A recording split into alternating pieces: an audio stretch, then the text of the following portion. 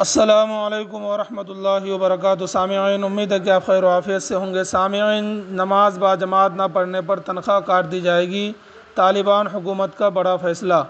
افغانستان میں طالبان حکومت نے نصیحت کے باوجود با جماعت نماز میں شریک نہ ہونے والے ملازمین کے لیے مختلف سزاؤں کا اعلان کر دیا ہے۔ میڈیا کو انٹرویو میں ترجمان طالبان ذبیح اللہ مجاہد نے بتایا کہ جو ملازمین نماز ادا نہیں کریں گے انہیں پہلے نصیحت کی جائے گی، لیکن دوبارہ ایسا کیا تو ملازمت کی جگہ تبدیل کر دی جائے گی یا عہدے میں تنزلی کر دی جائے گی۔ ذبیح اللہ مجاہد نے مزید بتایا کہ ان سزاؤں کے علاوہ باجماعت نماز نہ پڑھنے والے ملازمین کی تنخواہوں میں کٹوتی بھی کی جائے گی۔ ترجمان طالبان نے ملک میں شرعی قوانین اور سزاؤں کے نفاذ کا عزم بھی اظہار کیا اور مرکزی بینک کے منجمد اثاثہ جات کی وجہ سے حکومت کو درپیش مالی مشکلات کا بھی ذکر کیا۔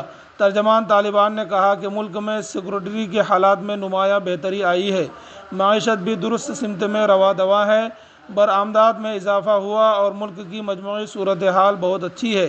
ترجمان طالبان ذبیح اللہ مجاہد نے یہ انٹرویو افغانستان میں طالبان حکومت کے 3 سال مکمل ہونے پر دیا ہے اور اپنی کارکردگی پر کھل کر گفتگو کی ہے۔ واضح رہے کہ افغانستان میں تاحال لڑکیوں کی سیکنڈری تعلیم اور خواتین کی ملازمتوں، پارک اور عوامی مقامات پر جانے پر پابندی سمیت خواتین کے بیوٹی پارلر اور جمز تک بند ہے اور محرم کے بغیر سفر کی بھی اجازت نہیں ہے۔ سامعین، اس رپورٹ سے متعلق آپ کی کیا رائے ہے؟ کمنٹ کر کے ضرور بتائیں۔ چینل پر نئے ہیں تو چینل کو ضرور سبسکرائب کریں۔ السلام علیکم ورحمۃ اللہ۔